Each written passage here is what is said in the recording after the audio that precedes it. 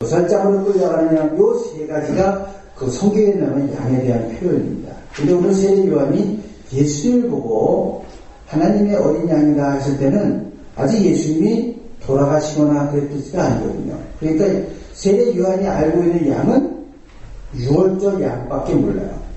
그래서 세례 요한이 하나님의 어린 양이다 했을 때는 바로 이 6월절 양, 그 양을 잡아서 피를 문설주에 바르고 바로의 맏아들까지 다 죽을 때 그들을 살려주신 그 6월절 양, 그걸 생각하고 있는 것입니다. 이 하나님이 직접 개입하셔서 이스라엘 백성 애굽의 그런 질고의 삶을 줄을 꿇고 자유의 삶을 살게 해주신 그것, 그 6월절 양을 생각합니다. 그래서 세례 요한이 예수님을 보면서 이게 하나님의 어린 양과 같다라고 했던 건 바로 이 6월절 양입니다. 그들을 새롭게 하고 또 그들을 살려줄 그 양이에요. 그래서 이 6월절 양을 그들을 자유로 인도하는 6월절 양을 기억하게 하는 거예요. 우리를 자유케 하시는 6월절의 어린 양이다 하는 그런 뜻입니다. 이 어린 양을 기억하도록 하고 기억해서 생각하도록 하고 뿐만 아니라 기억해서 행하도록 하는 것입니다. 다시 죄짓지 말고 죄에서 해방되어서 새롭게 살아라 하는 그런 결단을 촉구하는 얘기예요. 세례 요한이 보라 어린 양이로다 하는 것을 보면 양이다 하는 그런 얘기가 나요.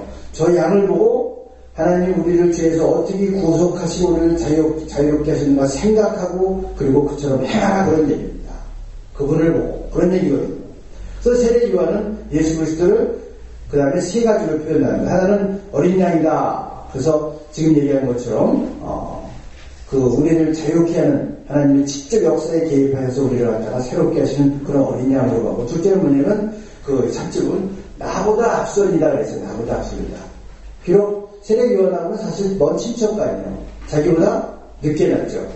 나이는 어리지만 그런 것보다도 사실 성령으로 잉태된 영원하신 분으로 보기 때문에 자기보다 앞선 분이다 라고 표현을 합니다. 나이하고는 관계가 없는 거예요. 그리고 세 번째로 33절을 보면 성령으로 세례를 주실 분이다 그랬습니다.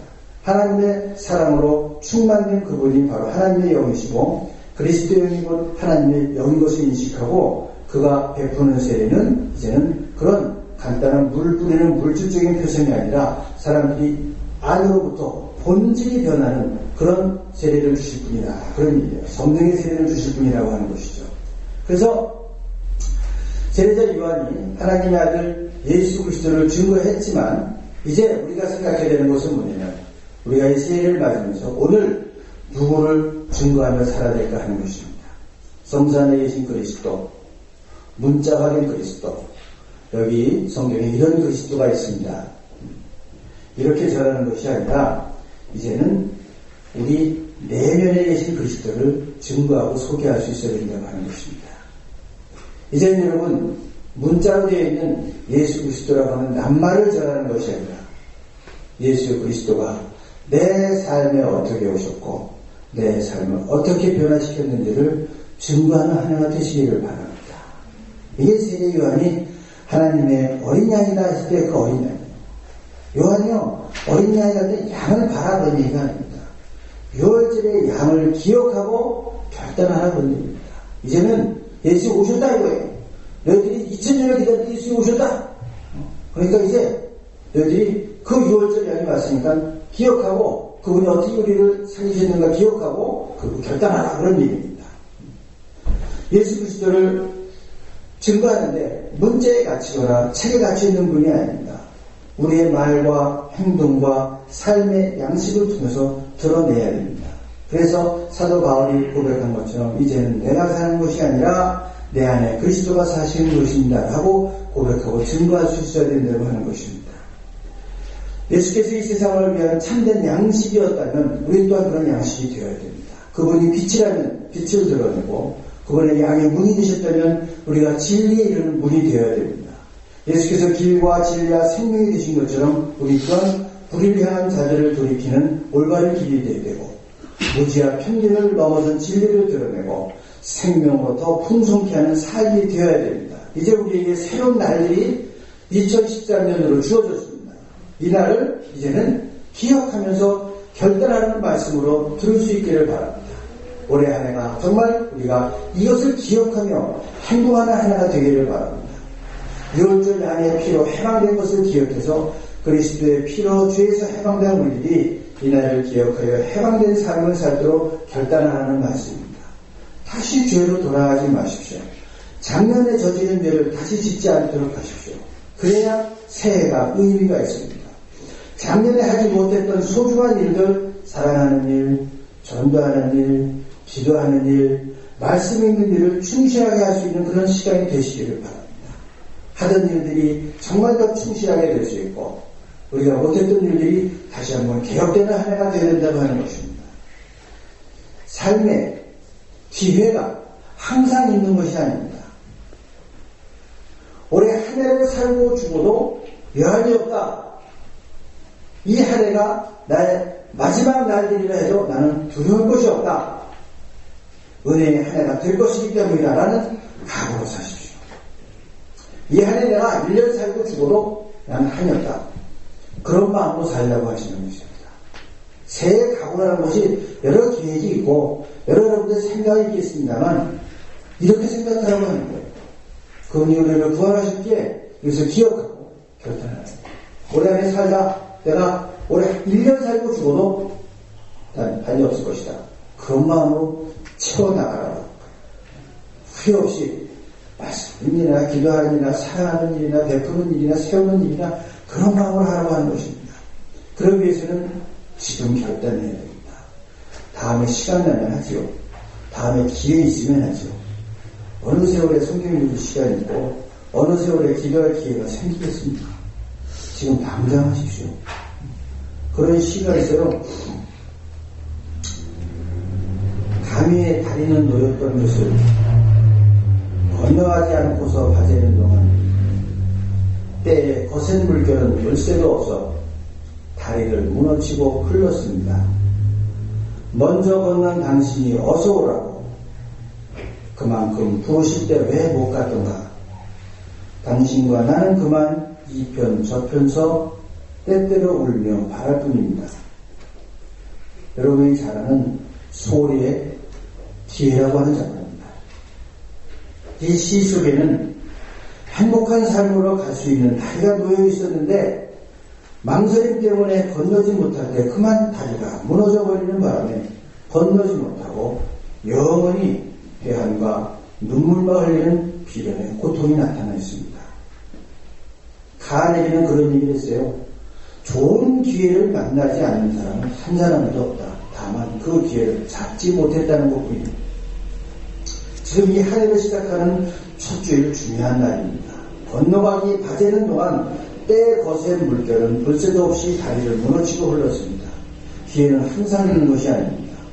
전도서 23장 1절을 보면 기회의 순간성을 이렇게 말합니다. 천하의 범사가 기한이 있고 그 목적이 이룰 때가 있다. 흔히 우리들 주변에서도 과감한 결단과 적극적인 행동에 그런 것이 없어 못하는 사람도 있고 또 정말 그 기회를 잘 잡아서 목적을 이루는 사람도 볼 수가 있습니다. 가슴을 치고 안타까워하지만 지나간 기회는 어쩔 수가 없어요. 러시아의 작가 뚜르게네프가 부자에서 한 번 타려는 배에는 주저앉지 말고 타라. 인생에 있어서 결단성이 없는 것은 바보가 아니면 지나치게 영리한 그 중에 하나다. 뚜르게네프 부자라는 작품에 나오는 그런 문장이에요. 한 번 타려는 배에는 주저하지 말고 타라. 기회를 못 잡는 것은 결단성이 없는 바보가 아니면 지나치게 영리해서 죄다가 그렇다는 거예요. 셰익스피어의 햄릿을 여러분 잘 아시죠?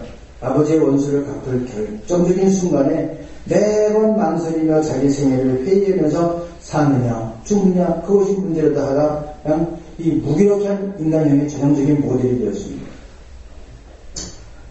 교회를 나갈 건가 말 건가 그러다 보면 하나님 앞에 가는 날이 온다니까요.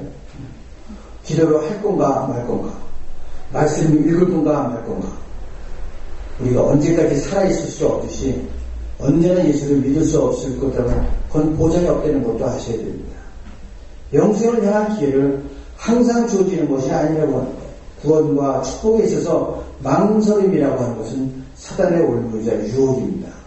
그러면 차후에 믿겠습니다. 차차 나가겠습니다. 좀 열심히 읽고 기도하시죠. 차차 하겠습니다. 이것을 오늘 병사라 그러대요. 이거 차차 나기라고 그러지만 차차 하지. 말씀 읽고 기도하고 사랑하는 일이 차차 일입니까? 당장 할 일이지. 이걸 차차 말이라고. 제가 갖고 있는 그 제공은 기독교인들이 쓴 그 명시라고 해서 책을 한 거 있어요. 서경원이라고 하는 사람의 시가 있는데 제가 종종 인용하는 시입니다. 이 출애굽기를 보면서 이 사람이 이런 시를 줬어요. 강물만 건너면 기름진 땅인데 아직도 우리는 강가에 있다. 씨 뿌릴 수 없는 언 땅 떠나 하고한 난들을 빈들에서 합니다. 가난한 사람들 훌훌 떠났지만 가진 이는 집만한 노예가 됐지. 와, 뭘 이렇게 끌어안고 있는 게 많어. 작년 거 이상한 거 끌어안고서 노예가 되지 마시고 훌훌 떠나십시오. 저는 이 마지막 장면들이 너무 생생해요. 가난한 사람들을 훌훌 떠났지만 가진 이는 집만한 노예가 됐지. 쓸데없는 거 붙들고 있다가 노예가 되는 거예요. 내 삶이 하나님께서 자유하라고 해방을 주셨는데 그놈의 집 때문에 그 아집 때문에 그 놓지 못하는 것 때문에 노예가 됐다. 세상을 돌아보면서 차차 믿지요, 차차 읽지요, 차차 기도하지요. 기회가 항상 있는 것이 아니다. 이 날을 기억하고 결단하십시오. 성서는 모든 기회 앞에서 사람들을 향해서 결단할 것을 추천합니다. 아합과 이세벨이 우상이 편만한 시절에 엘리야 선지자가 여호와의 신앙이 그 변절된 이스라엘 주민들을 보고서 너희는 어느 때까지 두 사이에서 머뭇거리려 하느냐, 여호와 하나님인가 바알인가 결단하라 그랬습니다. 또 여호수아도 가나안에 들어가면서 그렇게 했습니다. 장로들과 족장들을 모아놓고 고별 설교할 때 뭐라냐면 너희 조상이 섬기던 여호와이든 가나안 땅의 신이든 너희 섬길 신을 오늘날 택하라. 오늘 결단하라. 결단을 촉구합니다. 갈리아 총독으로 황제를 꿈꾸던 시저가 마침내 최후의 일정을 향해 5천 군대를 이끌고 로마를 입성하는 중에 루비콘 강가에서 발을 멈추고 이 순간에도 그냥 돌아갈 수 있다. 마지막 결단했어요. 저 다리만 건너가면 나는 모든 힘과 운에 맡길 수밖에 없다. 잠시 망설였어요. 근데 어디선가 나팔 소리가 울려 보였습니다. 그 순간 담력을 얻은 시저가 주사에는 던져졌다를 유명한 얘기를 했어요. 그러면서 외치며 로마성으로 치달려 들어가 예기치 못했던 폼페이우스를 격파하고 대승을 거두었습니다. 여러분 앞에 이제 2013년 한 해의 주사에는 던져졌습니다. 이날을 기억하고 결단하십시오. 기회는 지나가는 것입니다. 그래서 다시 한번 세례 요한이 예수님을 바라보면서 하나님이 어린 양이로다. 유월절 양을 기억하고 결단하라고 한 것처럼 오늘 이 2013년 시작하는 첫 주에 여러분들이 스스로 주님 앞에서 결단하고 말씀과 기도로 승리하는 하나님을 되시기를 주님의 이름으로 간절히 축원합니다. 기도하시겠습니다. 하나님 감사합니다. 2013년에 깨끗한 시간을 저희에게 다시 허락해 주시고 주님 다시 한번 결단하며 새해를 계획할 수 있도록 은혜 주신 것을 감사합니다. 지난 해에도 부족하고 실족하고 돌아서는 저희를 붙드시고 힘주시고 세우시고 이끌어 주신 것을 감사합니다. 구하며 구자 하나님 열심으로 섬기고 일했던 것들을 더욱 풍성하게 할 수 있도록 인도하여 주시고 게으르고 나태하고 잘못되었던 것들을 다시 한번 새롭게 개혁하고 주님 앞에 새로운 모습으로 거듭나기를 원하고 결단하는 한 주가 되게 하여 주시옵소서. 그래서 올해 한 해를 마칠 때에도 감사의 고백이 넘치는 한 해가 되도록 축복하여 주시고 인도하여 주시옵소서. 예수님의 이름으로 간절히 기도하옵나이다. 아멘.